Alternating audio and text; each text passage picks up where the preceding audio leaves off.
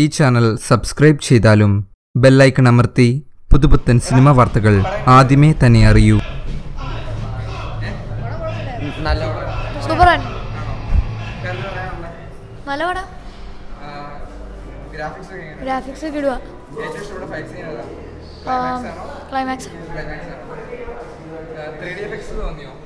നല്ലപോലെ ഉണ്ടായിരുന്നു.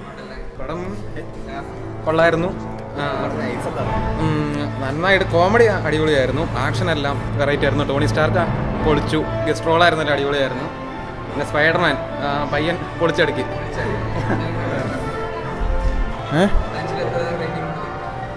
ഒരു 8 അങ്ങനെയുള്ളതുണ്ട്. സൂപ്പർ സൂപ്പർ നല്ല പടം. സൂപ്പർ സൂപ്പർ നല്ലായിരുന്നു. നല്ല അടിപൊളി.